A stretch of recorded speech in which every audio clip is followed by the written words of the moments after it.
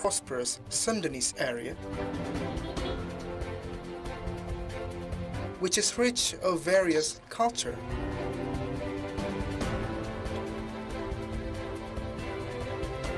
and natural magnificence.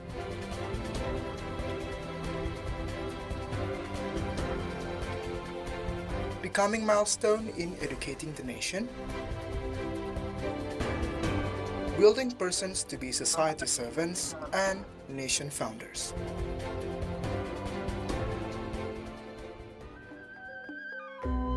Universitas Pajajaran, or UNPAD, was born due to the initiation of West Java leaders and government support to establish a higher education institution with various disciplines. Launched by President Sukarno on September 11, 1957,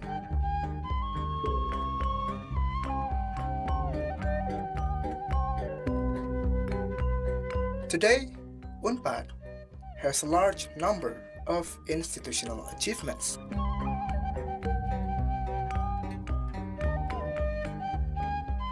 Such as status improvement as the incorporated higher education with A accreditation. This achievement is in line with the commitment of all policymakers in order to accomplish the vision and mission of UNPAD to be excellent university in conducting a world-class education that is able to support the nation's competitiveness through a quality learning process and innovative research.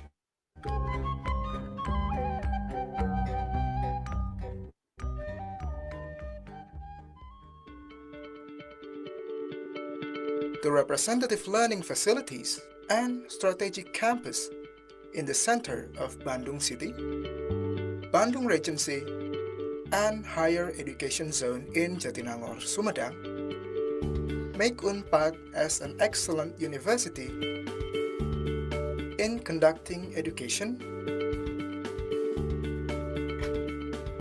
research, and community services.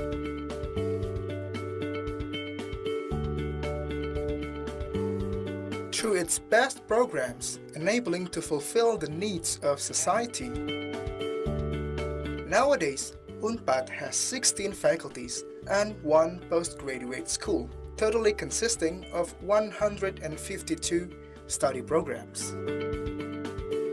Faculty of Law, Faculty of Economics and Business, Faculty of Medicine, Faculty of Mathematics and Natural Science, Faculty of Agriculture, Faculty of Dentistry, Faculty of Social and Political Sciences, Faculty of Arts, Faculty of Psychology, Faculty of Animal Husbandry, Faculty of Communication, Faculty of Nursing, Faculty of Fishery and Marine, Faculty of Agricultural Industry Engineering, Faculty of Pharmacy, Faculty of Geological Engineering, Postgraduate School.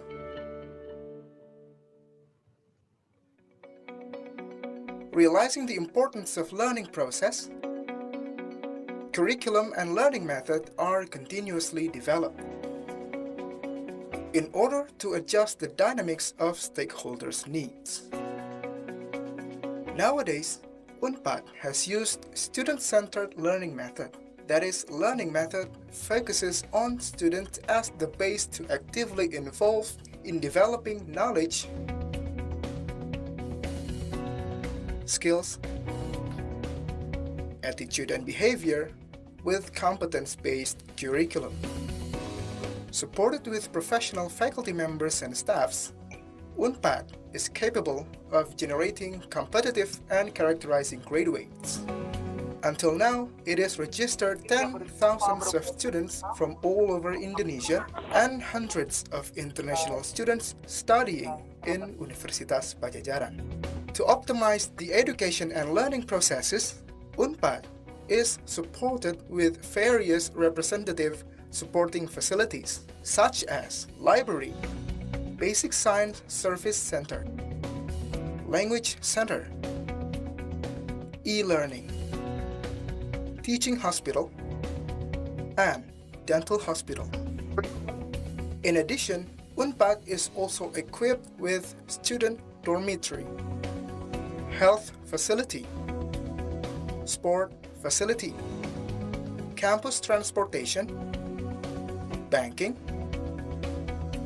hall, and entrepreneurship facility. Such various facilities are supported with the utilizing of information technology. Besides supporting the academics quality, Universitas Padjadjaran also fully supports the activity of student character building through some student unit. As a part of society, Universitas Padjadjaran absolutely realizes that its function is limited not only in teaching, but also social and cultural aspects. Some social activities, society empowering, and research implementation have been conducted to give real benefits for all society. Universitas Padjadjaran, straightening and developing together with society. From West Java, for Indonesia, to the world, through SDGs.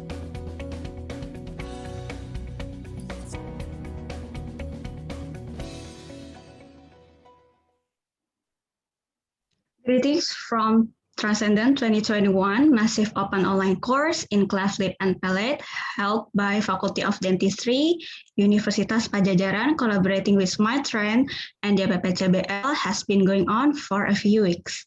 My name is Raisya Aurelia. I'm a student from Faculty of Dentistry, Universitas Padjadjaran. I see that we came from different countries, so I think it's appropriate to say good morning, good afternoon, and good evening to everyone here.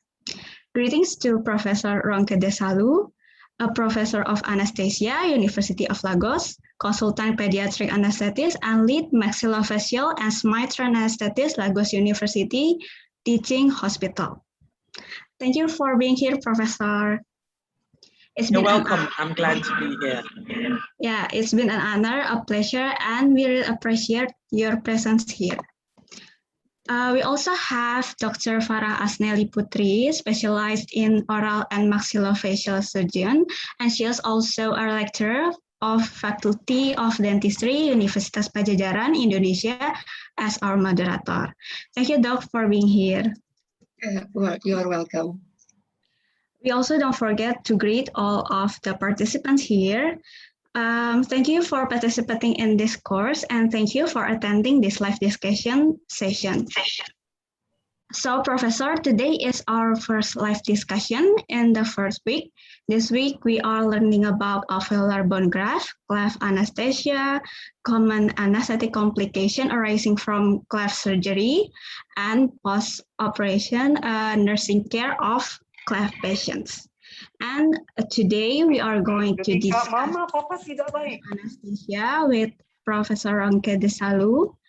This live discussion will be separated into two sessions based on the topic. Prof. Ronke Desalu will answer the questions that have been filled out by the participants in the MOOC website. The question will be presented on the screen, and after that, we will only accept 2 more questions from the participants. The participants can ask the question directly to the professor or through the chat section. The participants should write down the question, their name, and where they are coming from. So, Professor, the participants have already watched your lecture video about this topic, but I think not everyone cannot make it into this live discussion, but I'm pretty sure that more than 300 participants that have registered into our courses have watched your lectures video as well. This live discussions video will also be available in MOOC website, so the participants can rewatch this video. Now I would like to give the spotlight to Dr. Farah Asnely Putri as our moderator and Professor Ronke Desalu as our speaker. Dr. Farah, you may start the first session and lead today's live discussion. Thank you so much. We can move on into the first session. Thank you, Reza. Assalamualaikum warahmatullahi wabarakatuh. Assalamualaikum. Good afternoon, my fellow oral and maxillofacial surgeon, residents, lecturers, students of Faculty of Dentistry, and also our respected speaker today, Professor Ronke Desalu. It is such an honor for me to be able to greet all of you in this very special occasion in massive oral online course Transcendent 2021 with the main topic of cleft lip and palate. Before we start, I would like to thank all the dedicated committee for hosting this event. I believe that this event helped bridging the problems of distance and also time in order to improve our common understanding on cleft lip and palate patient, which is shared problems among all healthcare workers around the world.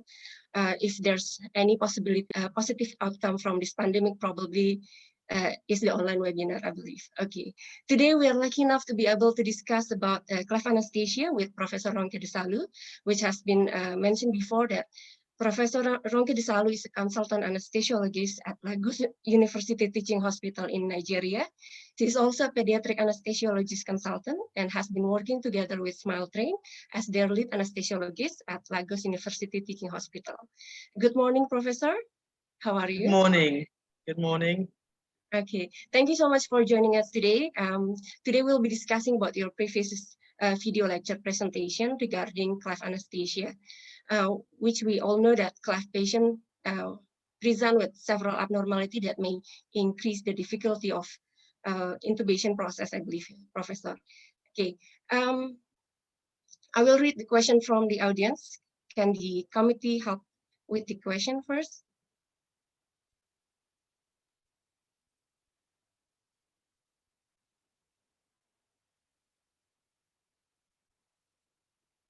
Okay, our first question is from Hilmanya from Tokyo Medical and Dental University. Professor, do you perform Fifa or total intravenous anesthesia on pediatric patients in your institution? If you do, is there any minimum age for the patient that undergoes it? And what drug of choice do you use for the maintenance? Please, Professor. Thank you. Yes, thank you for that question. Yes. When we talk about TIVA, we usually are referring to propofol. Propofol is the best drug for TIVA because it doesn't accumulate and the patients wake up quickly. But propofol is not really licensed to be used as an infusion in very young children. And it is expensive, especially in our own sub-region. So in my institution, we don't use TIVA using propofol for our children because there's an age limit for that. But I know in other institutions, especially outside the teaching hospital, when surgeons and anesthetists go out for outreach programs, they may choose to use ketamine. Now, ketamine, we know, has a prolonged action and delays recovery. So that is not a very good drug to use for TIVA, because when you've worked in the mouth in any oral surgery, you want the patient to wake up and you want to have return of spontaneous, a return of laryngeal reflexes as quickly as possible so that they can protect their airway from aspiration and other things. So TIVA in the use with cleft, no, we don't do that. For the second question, is there any minimum age for the patient to undergo TIVA, Professor? Yes, for TIVA with propofol, it should not be used in children less than 3 years old because they cannot metabolize the propofol and they keep it on. And as the second part of the question, what's the drug of choice? The drug of choice will be propofol. Now, don't forget that propofol is not licensed for sedation in the intensive care unit for children, because they can accumulate it and have problems with metabolizing it and excreting it. So the drug of choice for any patient for TIVA is usually propofol and remifentanil. For children, we limit that to a minimum age of 3 years. And that is only for anesthesia and not for sedation in the intensive care units. So it's there's several options for TIVA procedures, but most used drug of choice is propofol. Yes, because of the rapid recovery, it doesn't accumulate. But in very poor areas, in rural areas, as I said, where you may not have the facility for propofol, you may not have the facilities to adequately monitor the patients.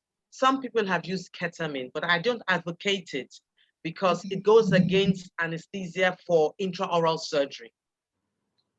For the effect after the use of ketamine, right? Yes, yes. Okay, thank you, Professor, for the answer. We'll proceed to the next question.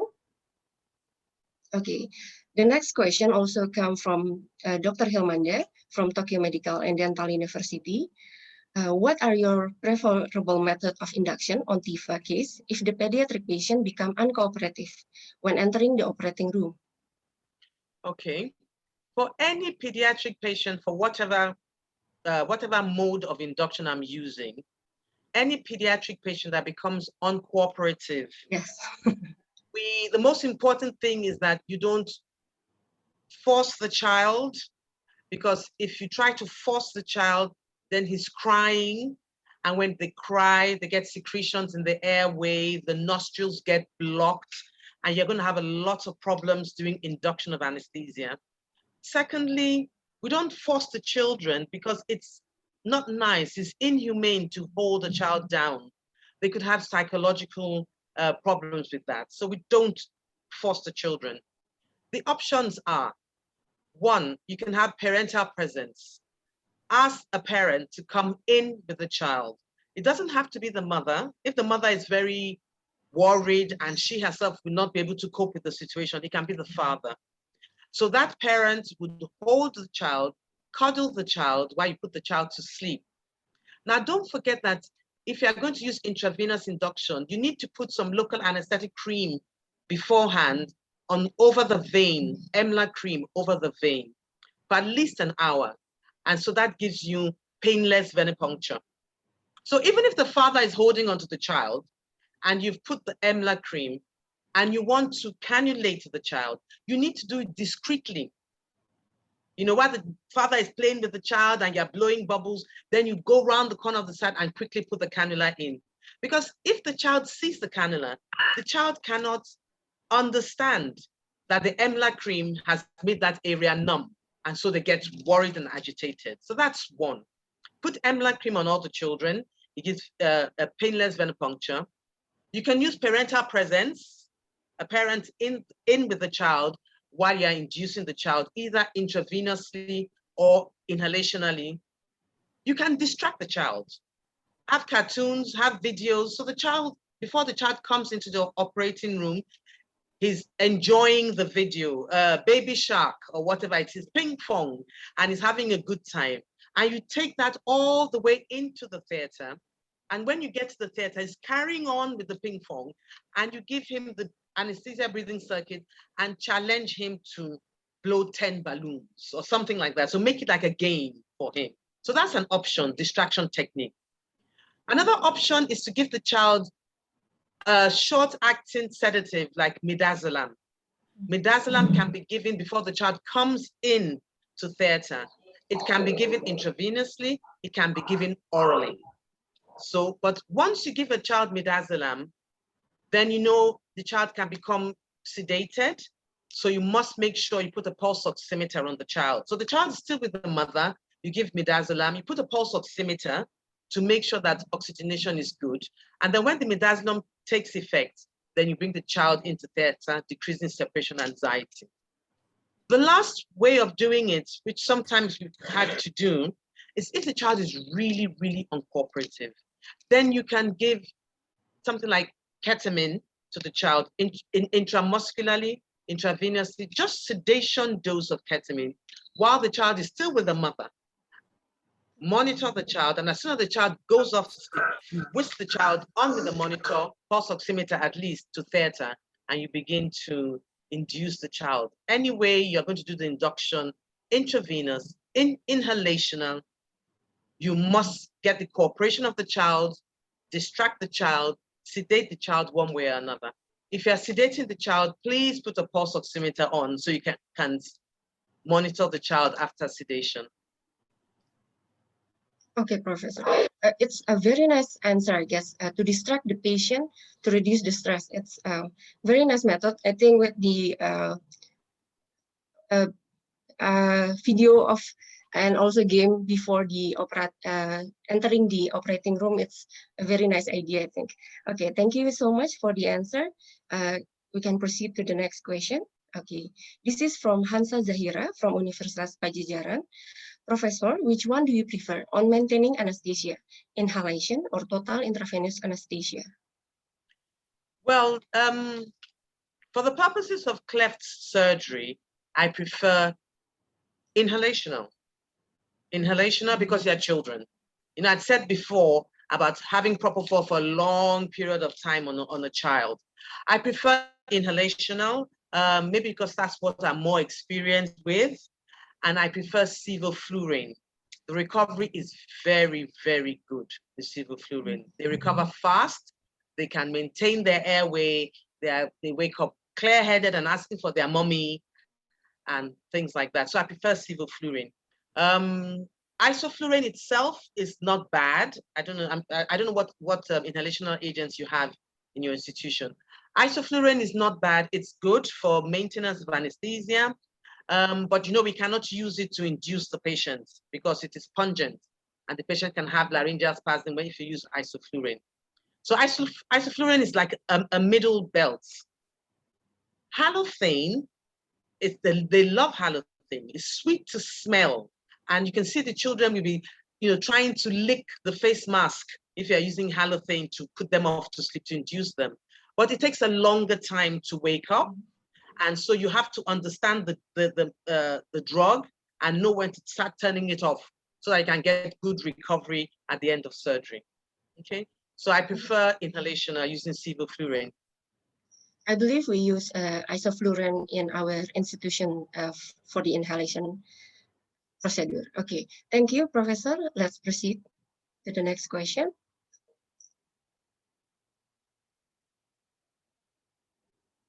Okay, the next question is from Farah Asnely from Universitas Pajajaran.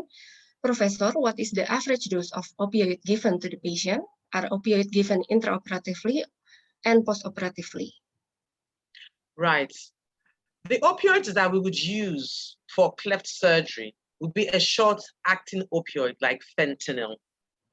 We don't want to use something like morphine because it is long-acting and may have respiratory depression in the recovery room.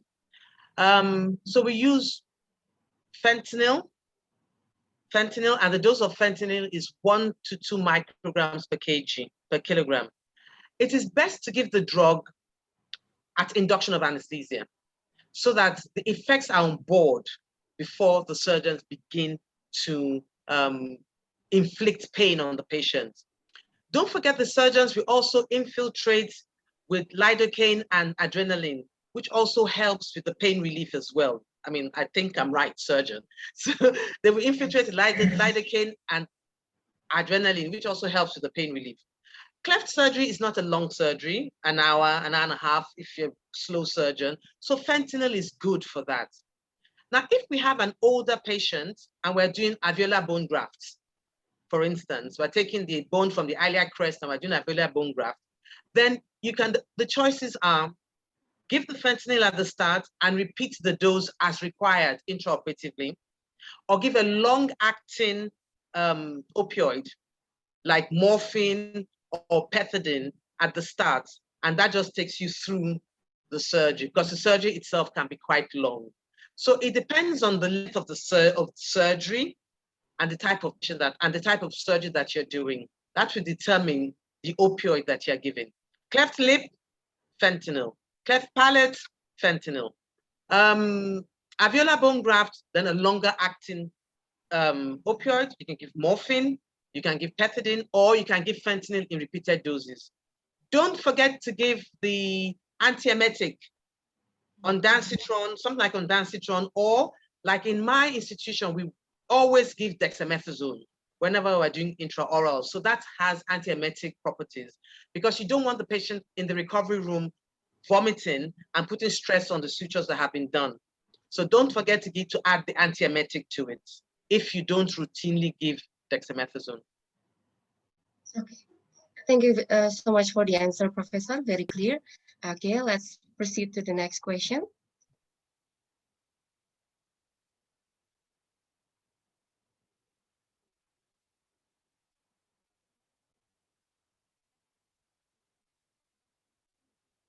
Is there any more question? Okay. The next question is from Adira Hansa from Universitas Pajajaran. She asks, is it necessary using antiemetics as prophylactic in cleft and palate surgery? I believe, well, yes. You know, we just talked about that. The question has just been answered. Yes, okay. But you see, in my institution, we always give dexamethasone. It's part of our routine. I don't know about yours. Do you do that? Yes. Always give dexamethasone. Yes. Use dexamethasone. Yes. So dexamethasone is a very, very good antiemetic. So there's no need to give any other one, except maybe it's a child or a slightly older child that suffers from motion sickness, or a child that had post-operative nausea and vomiting in a previous surgery. Then you say, okay, this child is more than likely to have vomiting in the post-operative period, so you can add something like ondansetron to it. But dexamethasone is good for that. But in children that you think have a higher risk because they have a history of motion sickness, or they have had a history of having had post-operative nausea and vomiting in the previous surgery, you may want to add something like ondansetron. Okay. Thank you so much, Professor. Next question.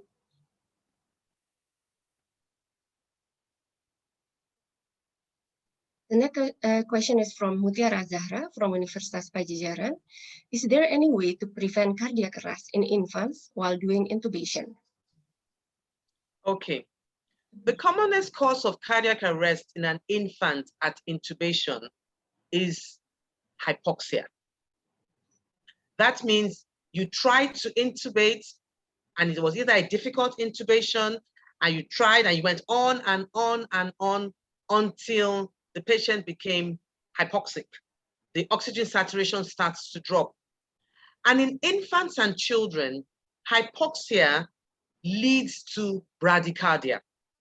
So you have hypoxia, you have bradycardia, and that can give you a cardiac arrest. Now, don't forget that children have a high parasympathetic tone, and that comes from the craniosacral outflow. So when you do a laryngoscopy in a neonate or in a small infant, you stimulate bradycardia. In an adult, when you do laryngoscopy, you have tachycardia and hypertension. That's what they call the laryngopressor response or the hypertensive response to laryngoscopy.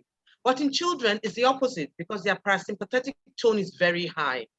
So if you have a child that you have induced the child and you attempt to intubate, intubation takes a long time because it's difficult to get the blade in because of the cleft anomaly, and the saturation begins to drop and it gets to 95. And you cannot get the tube in, you call somebody else, the person continues to try to get the tube in, then the saturation drops to 90. Then at 90, they are finally able to do a laryngoscopy to view the cords. Now, that laryngoscopy is going to stimulate bradycardia. So hypoxia, laryngoscopy will give you a cardiac arrest. If you used halothane to put the child to sleep, halothane causes bradycardia. So halothane, hypoxia, laryngoscopy give you a cardiac arrest. If you use succinylcholine to try to intubate the child, Dexamethasone may cause bradycardia in children. It's usually after the second dose, but sometimes it may be after the first dose. So imagine you have halothane, then you give 2 doses of dexamethasone. Halothane causes bradycardia. Dexamethasone causes bradycardia. The child is hypoxic because it's a long time to get the laryngoscope blade in. Then when you eventually get it in, you stimulate the parasympathetics, the child will have a cardiac arrest. The most important thing in children, watch the saturation, watch the heart rates, because the cardiac output depends on the heart rate in children. When the saturation reaches something like 95, 96, please come out, whatever you're doing, and oxygenate the child.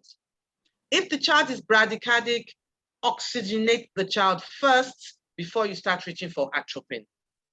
Okay, so it's all the combination of all these things that can lead to an infant or a child having a cardiac arrest on the table. Okay, thank you, Professor. So there's more factors that may affect or may cause the cardiac arrest in infant patient, we believe. Okay, let's move on to the next question. Dr. Farah, maybe that was the last question. Okay, I would like to give the audience a chance to ask a question directly to Professor Ronke Desalu. If there's any question that might want to be asked by our audience, please, you can use the raise hand feature.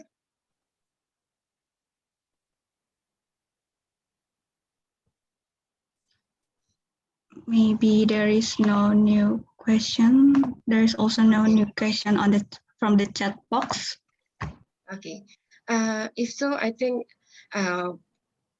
if there's no more question, I would like to end this discussion with a summary from Professor Desalu lecture before, that from the video that we learned that patient examination and preparation is key factors in assuring that a successful operation, and also during the operation we have to pay close attention both to the patient and also the surgeon to ensure a successful procedure.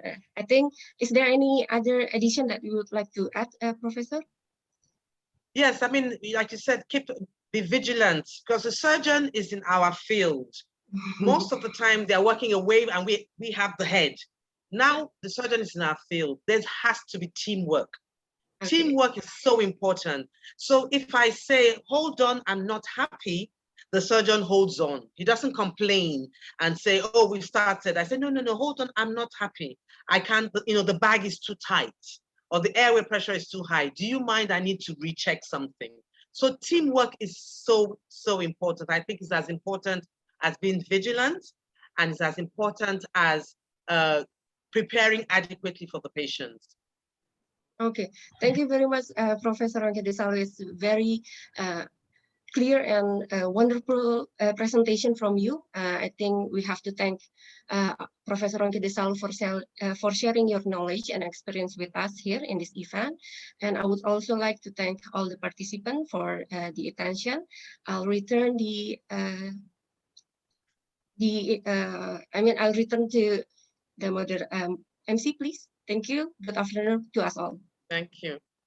Thank you, Professor Ronke Desalu and also Dr. Farah Asnely Putri. We have reached the end of today's live discussion. It was a great opportunity for all of us hearing the valuable knowledge from Prof. Ronke Desalu on this special occasion. And thank you for Dr. Farah Asnely Putri for moderating this session. In these hard times of pandemic, we can still find the bright sides. I believe that this will be an inspiration for all of us to learn cleft lip and palate more and more, even further to implement the best treatments to our cleft patients.